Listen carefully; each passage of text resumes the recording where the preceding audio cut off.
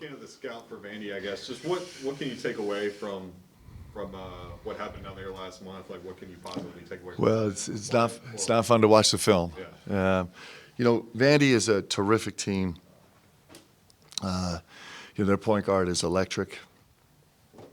Duke Miles is back. He was really good last night. But they play with a gritty physicality that's really impressive. I think their front line is really special. They're undersized, but they're really physical. And I think this Okoro is a good player, man. He's got unbelievable feet. He kind of takes the toughest defensive matchup every single game. He's making shots. He's a pretty good ISO decision maker. He'll back you down, get to the free throw line. I think he has a huge impact on the team. They're a good team. Something that you kind of lamented in the aftermath of that previous Vanderbilt game was physicality, maybe not being the aggressor, meeting them in that regard. What strides and steps have you guys taken from then to now to maybe be more, ready for that kind of? Well, we're working on it every day. I think we've grown a lot in that area. I think they have too. I think it's the art of league. It's the same thing. I mean, it's elite level college basketball right now. It's just really, really physical. So it's every single night. Going into South Carolina, they have a great physicality. When you watch South Carolina's film at Florida, it's just a slugfest, right? And so it just is. That's something that's ever present, and we're growing. I think we're making strides in that area.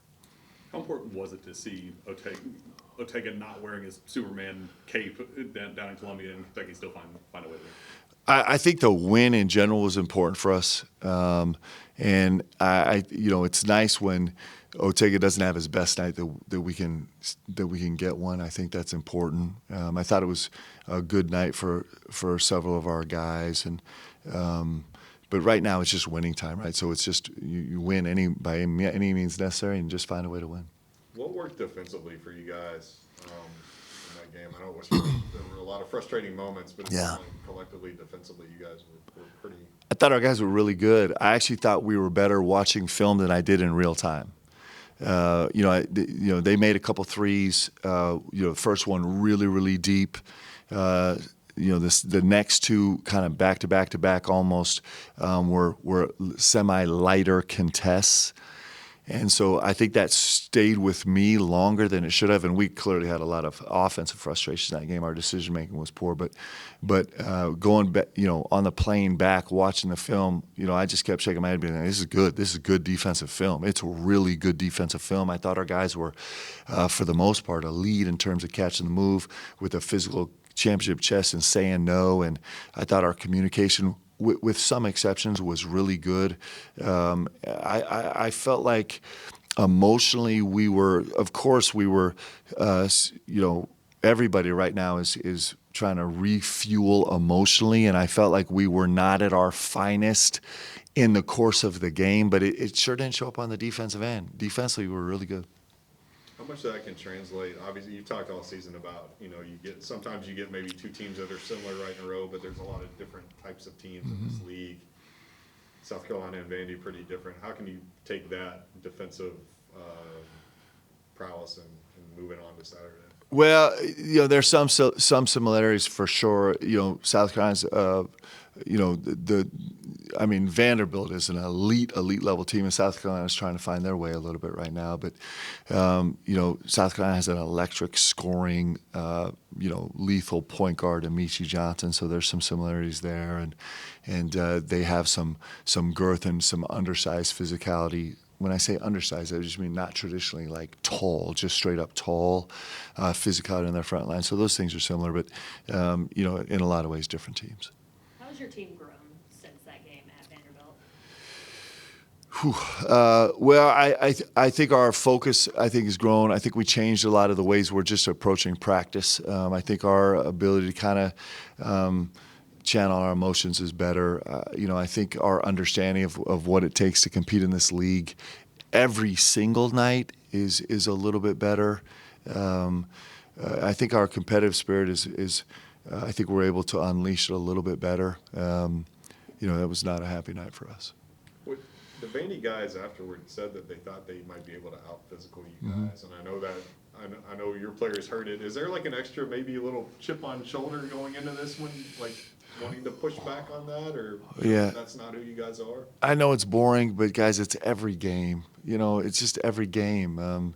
You know, this is just the league. It's like, you know, you're trying to get yourself ready to go against every single team in this league. Every single team is really, really physical. Every single team is really good. And so every single game is the biggest game that we've ever played. It just is.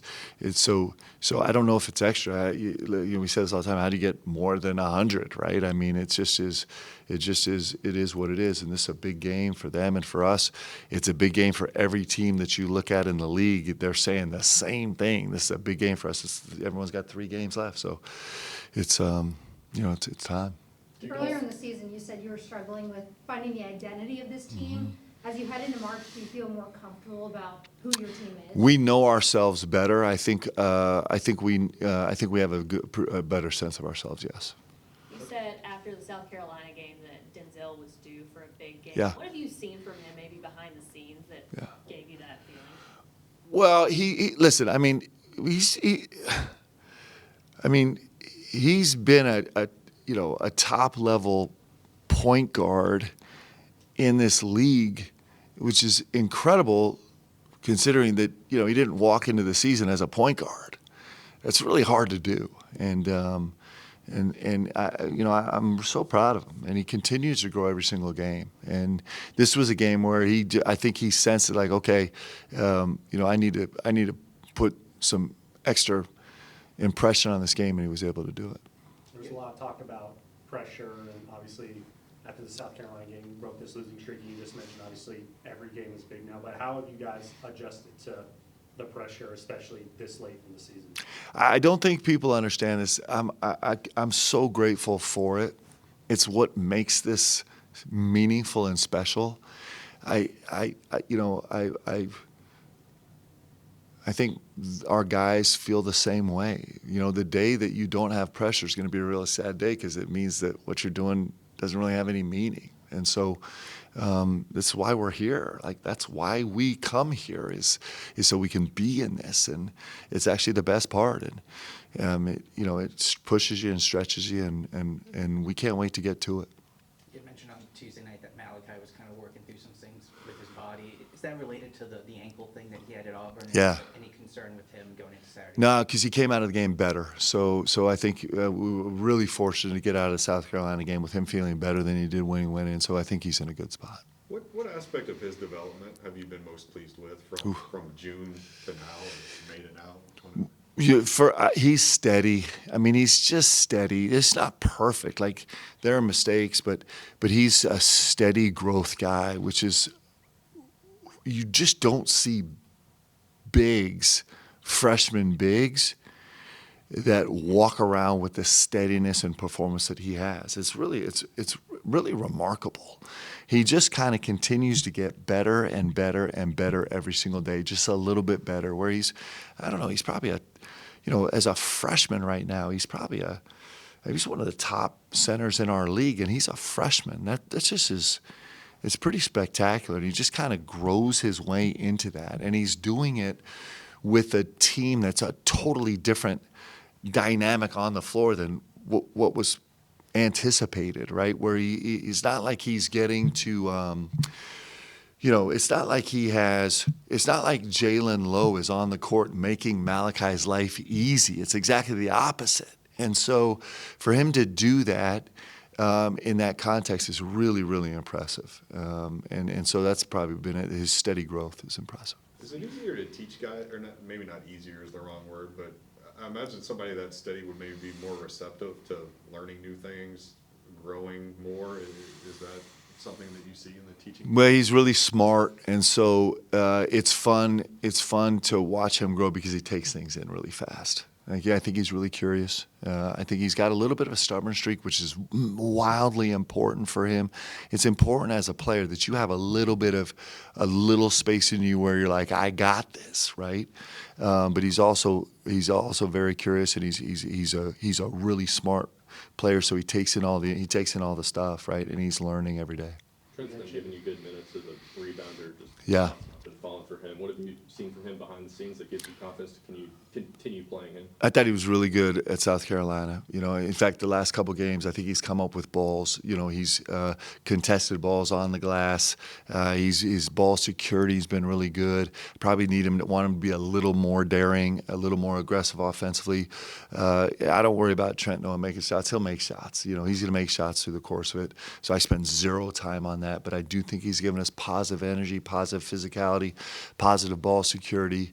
And so we're going to need him. Like we need, you know, we have a very, very small, limited roster right now, so he's important for us.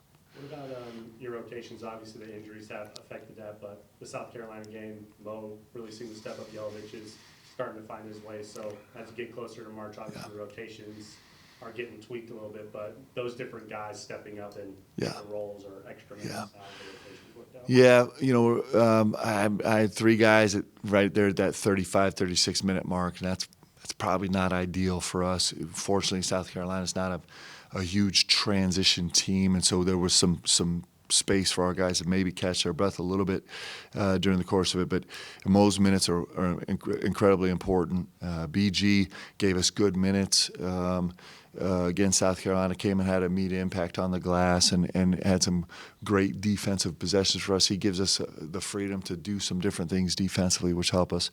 You know, Jasper and Trent, you know, our bench is really important. Those four guys stepping up is going to be probably go a long way to determining how much success we have down the stretch.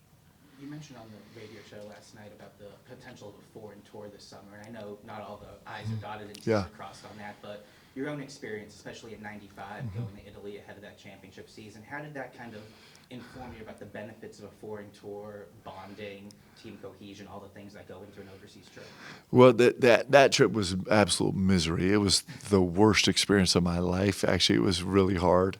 On purpose, Coach made it that way, and we came and, you know, hung a banner and got a ring. So I do, you know, I have had experience with these trips in coaching as a head coach, and they're unbelievable. It's an incredible opportunity. It's an incredible opportunity to bond with a group of guys in a unique way.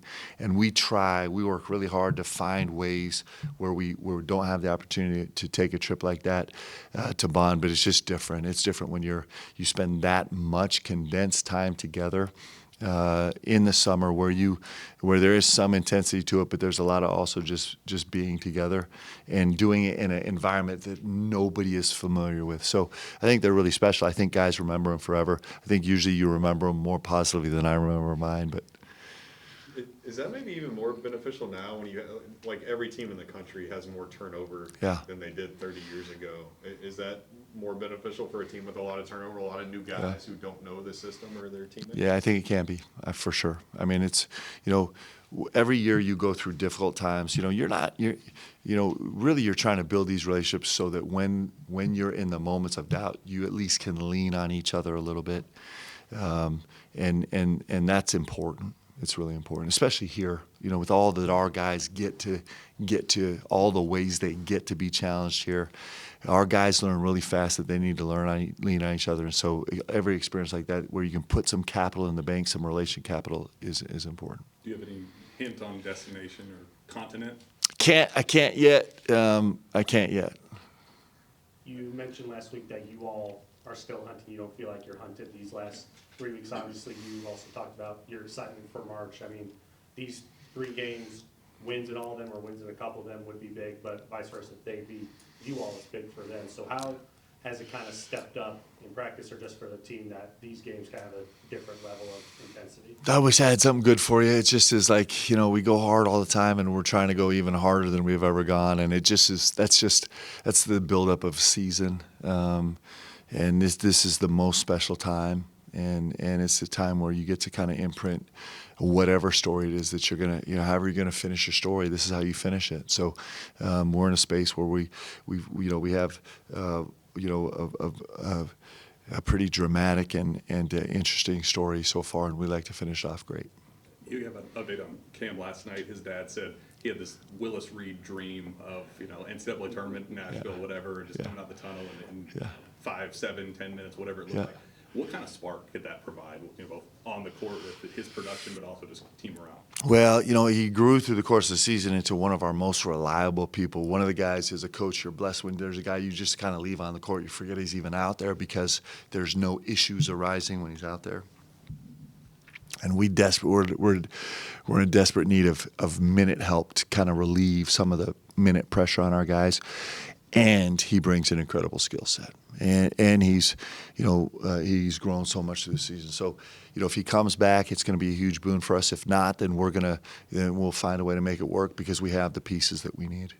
Going back a couple weeks, you mentioned something on the radio show that you like to hop on the Peloton each morning and then you put on like the end of a Tour de France stage, and like you really enjoy watching the guys suffer as they're climbing up the mountain or sprinting to the line.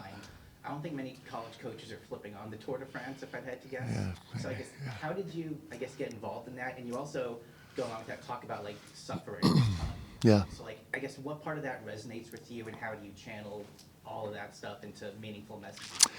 I mean, I think the best, I love, we talked about the pressure, grateful for the pressure, grateful for it mattering, grateful for it meaning something, grateful for being tested. I just think, you see a mountain out there and you're just like, can I climb it? Like, let's go. Like, or you could just sit in the valley, but what's the point? Beaches are great, but mountains are unbelievable, right? Because they test you. And so Lynn Nance was my coach at the University of Washington. After my freshman year, he was like, man, you got to get bigger and stronger. So he told me, he's like, I want you to get on a bike. I want your legs to get stronger so you can take more of a beating. And I don't know if that's actually what I would suggest to anybody else, but that began my saga with cycling. And of course, I took everything to the extreme. And so, I was riding from Bellevue all the way to University of Washington every day, and it was hard. And then the whole day and coming back in the summer. And then I got here, and Shep and I started riding together just because I'd kind of taken I started to find some enjoyment in it, and talked Shep into jumping in, and we did my first ever 100-miler here. We did here on the outskirts of Lexington, and then I got in an accident. Car turned right in front of me as I was driving down the street. I'm trying to remember the name of the street here, in a little bit of traffic, and then Coach, forbid me from ever getting on a bike again. But there's something really beautiful about just seeing how far you can push yourself. There is about pushing your limits. About can you actually turn the pedals one more time? Can you just do it one more time? And can you do it a little bit faster? And there's not a lot of skill involved, but there's a lot of will involved. And I think the test of wills is a great thing. I think living in a space where you're being tested all the time is a really happy place for me, and I think it's a happy place for our guys. Mark, there's another report today about Auburn moving forward with a GM hire before the portal cycle opens up. Yeah. I heard your update last night. What would be your ideal roster management role in terms of a day-to-day? Should that be the path you decided? Go ahead.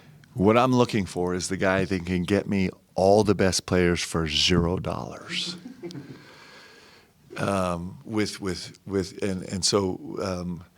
We're having a lot of conversations. I've had several former teammates say that's exactly what they can do. I don't know if I trust them, but it's part of the process. You mentioned Trent earlier, getting to some of those loose balls. How important, I know you guys always stress 50-50 balls, but I feel like that was something in that first Vanderbilt game that didn't really come to fruition. How important is that going to be Saturday, and then obviously the rest of the season? Yeah. I mean, every game is a slugfest all year long, and it just gets better now. It's more fun now. It's just more of everything. And you're seeing these wild, you get to these last couple weeks. Are we still in February? These last couple weeks of February? Are we March? Where are we?